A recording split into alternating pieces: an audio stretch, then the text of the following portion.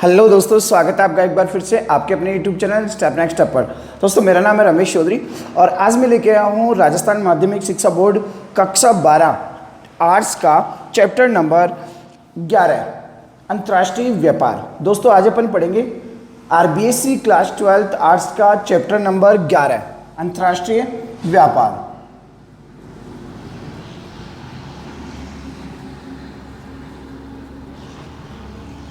दोस्तों, अंतर्राष्ट्रीय व्यापार पढ़ने से पहले अपन समझते हैं पहले व्यापार किसे कहते हैं।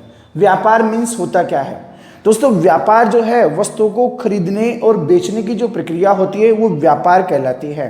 अब ये जो व्यापार है ये 3 स्तर का होता है। एक होता है स्थानीय, एक होता है राष्ट्रीय और एक होता है अंतरराष्ट्रीय।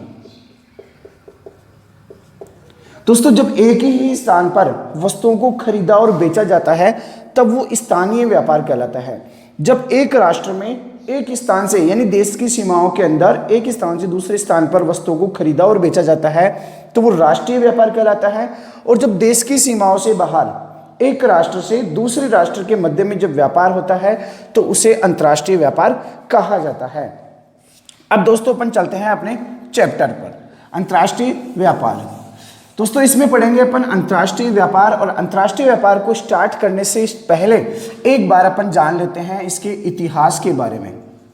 अंतर्राष्ट्रीय व्यापार का इतिहास क्या है। दोस्तों, मैं बताऊं आपको, प्राचीन समय में परिवहन के आधुनिकतम साधन नहीं थे। लोग लंबी दूरी तक यात्राएं नहीं करते थे, समुद्री यात्राओं से डरते थे, भयभीत थे। तो फिर लोग जो है एक छोटे क्षेत्र में ही सीमित थे और छोटे क्षेत्र में ही व्यापार कर पाते थे, यानी कि अंतर्राष्ट्रीय व्यापार अस्तित्व में नहीं था। लेकिन दोस्तों, उसके बाद में जब परिवहन विकसित हुआ, परिवहन में क्रांति आई, तीव्र चलित वाहन सामने आए, तो फिर अंतर्राष्ट्रीय व्यापार का विस्तार हुआ और बहुत कोने कोने में, विश्व के अलग अलग कोने में यह व्यापार अस्तित्व में आने लगा। सबसे पहले अगर बात करें अपन अंतर्राष्ट्रीय व्यापार की, तो सबसे पहला जो अंतर्राष्ट्रीय व्यापार का प्रमुख मार्ग था दोस्तों, उसे रेशम मार्ग के नाम से जाना जाता है। आपने नाम सुना होगा, रेशम मार्ग, सिल्क रूट। दोस्तों, ये ऐसा मार्ग है जो रोम को चीन से जोड़ता है। दोस्तों, चीन में उत्पादित होने वाला रेशम, बहुमूल्य पत्थर, इसके अलावा जो आभूषण है, इनको इस मार्ग के द्वारा चीन से होते हुए भारत, ईरान, पारसिया होते हुए रोम तक पहुंचाया जाता था। यह सबसे प्राचीन व्यापारिक मार्ग है जो लगभग 6000 किलोमीटर लंबा है। इसकी लंबाई 6000 किलोमीटर है। इसी मार्ग के सहारे विश्व में प्राचीन समय में अंतर्राष्ट्रीय व्यापार किया जाता था। दोस्तों, फिर इसके बाद की बात करें अपन, रेशम मार्ग के बाद की बात करें तो 16वीं या 15वीं शताब्दी में दास व्यापार अस्तित्व में आया। सबसे पहला 15वीं शताब्दी में दास व्यापार अस्तित्व में आया। दास व्यापार क्या होता है दोस्तों? जब यूरोपीय देश, डच, पुर्तगाली, अंग्रेज, स्पेनिश, इन लोगों ने दूसरे क्षेत्रों में जाकर वहां पर फसलें करना शुरू की, फसलें पैदा कृषि कार्य करना शुरू किया, तो इन लोगों ने अफ्रीका, भारत जैसे देशों से मजदूरों को बलपूर्वक जबरदस्ती पकड़कर दूसरे क्षेत्रों में काम करवाने के लिए ये लोग ले गए, जिसे दास व्यापार की संज्ञा दी गई। और ये दास व्यापार का उदय 15वीं शताब्दी में हुआ था। इंपॉर्टेंट ये है कि दास व्यापार का उदय किस शताब्दी में सामने आया, तो दोस्तों 15वीं शताब्दी में दास व्यापार सामने आया था। दास व्यापार का अस्तित्व सामने आया था। अब पढ़ते हैं अपन अंतर्राष्ट्रीय व्यापार के आधार। दोस्तों, अंतर्राष्ट्रीय व्यापार का आधार क्या है, किस बेस पर यह अंतर्राष्ट्रीय व्यापार जो है वो अस्तित्व में आया, किस वजह से अंतर्राष्ट्रीय व्यापार के आधार, कुछ कारण ऐसे थे जिनकी वजह से आने वाले समय में यह व्यापार करना बहुत जरूरी हो गया। अब जानते हैं वो कारण कौन से थे जिनकी वजह से यह अंतर्राष्ट्रीय व्यापार अस्तित्व में आया। तो दोस्तों, पहला कारण है हर राष्ट्र के संसाधनों में भिन्नता। जो राष्ट्रीय संसाधन है उनमें भिन्नता, राष्ट्रीय संसाधनों में भिन्नता। दोस्तों, विश्व के हर राष्ट्र में जो उपलब्ध संसाधन है, जो रिसोर्सेज है, वो अलग अलग टाइप के हैं। हर देश को हर प्रकार के संसाधन हर देश में उपलब्ध नहीं है। तो जिस संसाधन की रिक्वायरमेंट उस देश को होती है वह अपनी आवश्यकता की पूर्ति दूसरे देशों से मंगवाकर उस संसाधन की आवश्यकताओं की पूर्ति कर सकता है। इस वजह से भी अंतर्राष्ट्रीय व्यापार अस्तित्व में आया, क्योंकि हर राष्ट्र में संसाधन अलग अलग टाइप के उपलब्ध है और हर संसाधन किसी भी देश, कोई भी देश हर प्रकार के संसाधन में आत्मनिर्भर नहीं है, तो उस संसाधन की पूर्ति के लिए उसे व्यापार करना ही पड़ता है। तो पहला अंतर्राष्ट्रीय व्यापार का आधार जो है वो राष्ट्रीय संसाधनों में भिन्नता है। दूसरा कारण है भौगोलिक संरचना।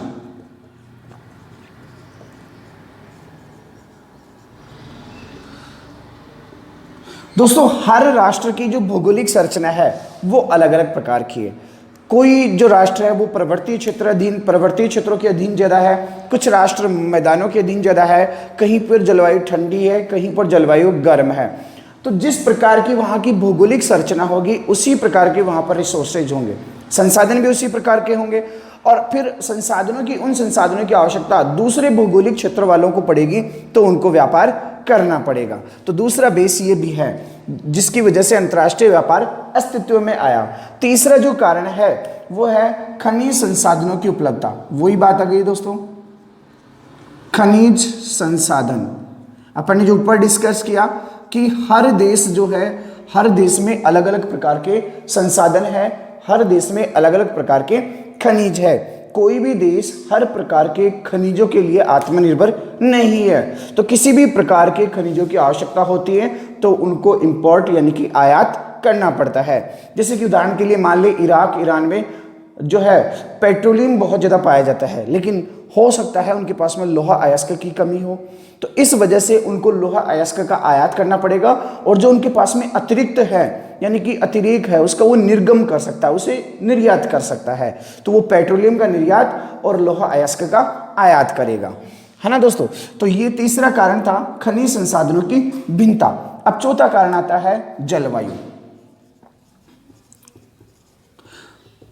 दोस्तों, हर क्षेत्र की जलवायु अलग अलग होती है, और अलग अलग जलवायु होने के कारण वहाँ पर उत्पादित होने वाला माल भी अलग अलग होता है कृषि कार्यों में। इसके अलावा वहाँ पर पाले जाने वाले पशु संसाधन भी अलग अलग प्रकार के होते हैं। जैसे कि अपन कह सकते हैं कि जो है ठंडे प्रदेशों में अंगूर, सेब इनकी कृषि की जा सकती है, और गर्म प्रदेशों में आम, केला इनकी कृषि की जाती है। अब ठंडे प्रदेशों वालों को अगर आम की आवश्यकता है तो उन्हें आयात करना पड़ेगा, और गर्म प्रदेशों वालों को अगर सेब की आवश्यकता है तो उनको वहां से आयात करना पड़ेगा। तो जलवायु भी एक ऐसा कारक है जो अंतर्राष्ट्रीय व्यापार को बढ़ावा देता है। इसके बाद में अगर बात करें अपन जनसंख्या कारक। जनसंख्या कारक में अगर अपन देखें तो एक तो होता है जनसंख्या का आकार, दूसरा वहां की संस्कृति। दोस्तों, जनसंख्या का आकार अंतर्राष्ट्रीय व्यापार को बढ़ावा देता है। मान लीजिए किसी क्षेत्र की जनसंख्या बहुत ज़्यादा है, तो उस क्षेत्र में जो उत्पादित माल होने वाला जो माल है वो वहीं पर खप जाता है, वहाँ पर अंतर्राष्ट्रीय व्यापार शीघ्र ही अस्तित्व में नहीं आता। लेकिन कुछ क्षेत्र ऐसे होते हैं जहाँ पर जनसंख्या बहुत कम होती है और माल बहुत ज़्यादा उत्पादित होता है, जो अतिरिक्त माल है उसका वो निर्यात कर सकते हैं। और अगर उसी देश है, पहले वाले देश की अपन अगर बात करें तो वहाँ पर ज़मीन कम है यानी कि माल कम उत्पादित होता है और लोग ज़्यादा है, इसलिए उन्हें कमी महसूस की जा सकती है। उनके पास में जो पदार्थ है, माल है, खाद्य पदार्थ है, उनकी कमी महसूस हो सकती है, तो उनको फिर दूसरे देशों से आयात करना पड़ेगा। ओके दोस्तों, दूसरा है संस्कृति। किसी भी देश की जो जनसंख्या है उनके पास में वहाँ की एक विशेष संस्कृति होती है और वो कुछ विशेष चीज़ें बनाने में कला रखते हैं। जैसे कि चाइना के लोग चीनी मिट्टी के बर्तन बनाने में माहिर है और उनके द्वारा बनाए गए चीनी मिट्टी के बर्तन पूरे विश्व में प्रसिद्ध है। तो वो वहाँ की संस्कृति है जिसकी वजह से वहाँ की जो कला है बनाने की वो पूरे विश्व में निर्यात की जा सकती है और पूरे विश्व में उनको बेचा जा सकता है। तो ये जनसंख्या कारक भी है जो अंतर्राष्ट्रीय व्यापार को बढ़ावा देता है। फिर इसके बाद में अगर अपन बात करें तो आर्थिक विकास की अवस्था या प्रावस्था।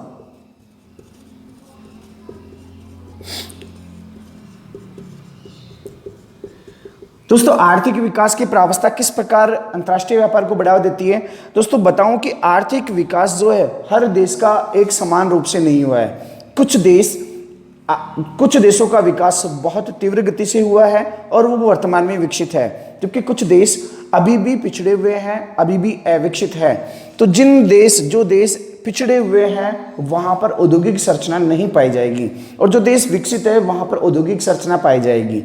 जो अविकसित देश है वो कृषि कार्यों में संलग्न होंगे, तो वो अपनी माल को उत्पादित तो कर सकते हैं कृषि कार्यों में, लेकिन उसे निर्मित नहीं कर सकते। तो वो क्या करेंगे, विकसित देशों को अपने माल को निर्यात करेंगे, और विकसित देश क्या करेंगे, कच्चे माल का आयात करके उसे वस्तु बनाकर फिर क्या करेंगे, निर्मित माल का निर्यात करेंगे। ओके दोस्तों, तो आर्थिक विकास की प्रावस्था भी एक ऐसा कारण है जो अंतर्राष्ट्रीय व्यापार को बढ़ावा देता है। यानी कि आर्थिक विकास में अगर कोई विकसित देश होगा तो वो क्या करेगा, कच्चे माल का आयात करेगा। किसका आयात करेगा दोस्तों, कच्चे माल का आयात करेगा। क्यों करेगा, क्योंकि वहां पर औद्योगिक संरचना है, वहां उद्योग विकसित हो चुके हैं, और उन उद्योगों को चलाने के लिए उन्हें कच्चे माल की आवश्यकता होगी। और निर्यात क्या करेगा दोस्तों, ये निर्यात करेगा निर्मित माल। निर्मित माल क्या करेगा, निर्यात करेगा। अब अगर अपन अविकसित देशों की बात करें तो अविकसित देश जो होते हैं दोस्तों वो क्या करेंगे, किस माल को आयात करेंगे, वो निर्मित माल को आयात करेंगे। क्यों करेंगे, क्योंकि वहां पर औद्योगिक संरचना भी विकसित नहीं हुई है, इसलिए वो निर्मित माल को आयात और कच्चे माल को निर्यात करेंगे। यानी कि इस तरीके से विकसित और विकासशील देशों के बीच में क्या होता है, व्यापार चलता रहता है और व्यापार को बढ़ावा मिलता है। इसके बाद में अगर अपन बात करें तो विदेशी निवेश की सीमा, विदेशी निवेश की सीमा। दोस्तों बहुत सारे ऐसे देश हैं जिनके पास में खनिज के बहुत सारे भंडार है, विपुल भंडार है, लेकिन उन खनिजों को निकालने के लिए और उन्हें संशोधित करने के लिए उनके पास में पूंजी की कमी है। तो वो क्या करते हैं, दूसरे विकसित देशों को इनवाइट करते हैं, आमंत्रित करते हैं कि वे देश आकर वहाँ पर उस खनिज को निकालने और उसे निर्मित करने या फिर उसे शुद्ध करने में वहाँ पर अपनी पूंजी लगाए। तो इससे क्या होता है दोस्तों, दोनों प्रकार के देशों, विकसित और विकासशील दोनों प्रकार के देशों को विकास के बढ़ावा मिलता है और वहाँ के खनिज जो है वो काम में ली जा सकते हैं। और आखिरी कारण है दोस्तों परिवहन। परिवहन कैसे कारण है, क्योंकि दोस्तों पहले परिवहन जो था वो विकसित अवस्था में नहीं था, परिवहन तीव्रगामी नहीं था, जिसकी वजह से अंतर्राष्ट्रीय व्यापार या लंबी दूरी का व्यापार नहीं किया जा सकता था। लेकिन परिवहन का विकास हो जाने के कारण अब बहुत ज़्यादा लंबी दूरी को भी कुछ मिनट का फासला या कुछ समय में ही दूरी तय कर ली जाती है। इस वजह से ये अंतर्राष्ट्रीय व्यापार अस्तित्व में आया। ओके दोस्तों, अब पढ़ते हैं अपन अंतर्राष्ट्रीय व्यापार के महत्वपूर्ण पक्ष। अंतर्राष्ट्रीय व्यापार के महत्वपूर्ण पक्ष। दोस्तों अंतर्राष्ट्रीय व्यापार के 4 महत्वपूर्ण पक्ष हैं।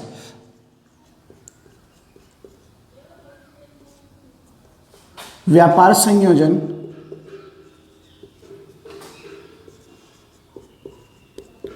व्यापार की दिशा,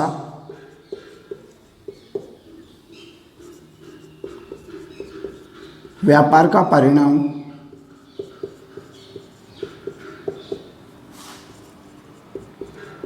और व्यापार संतुलन।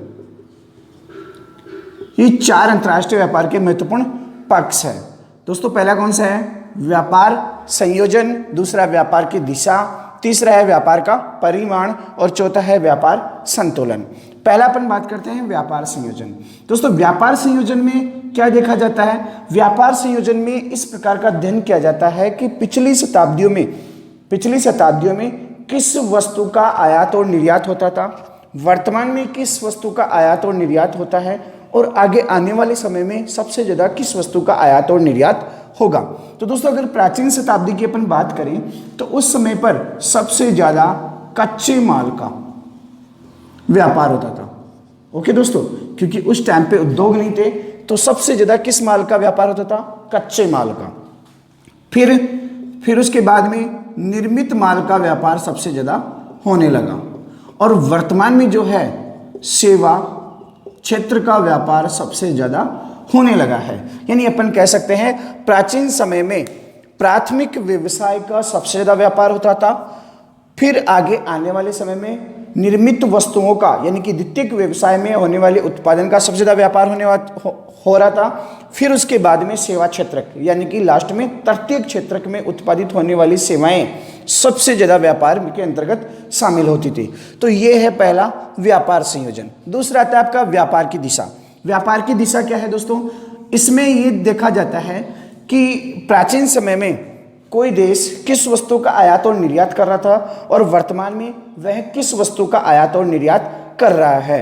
अगर अपन बात करें भारत की, तो दोस्तों भारत जो है प्राचीन समय में बहुमूल्य चीजें और निर्मित वस्तुएं यूरोपीय जैसे महाद्वीप में निर्यात करता था। दोस्तों आपको पता होगा ढाका की मलमल, कैलिको चीट ये जो है विश्व में प्रसिद्ध थी और भारत में ही निर्मित होती थी।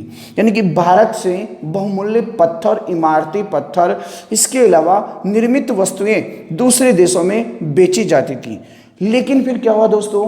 फिर व्यापार का प्रत्यावर्तन हुआ।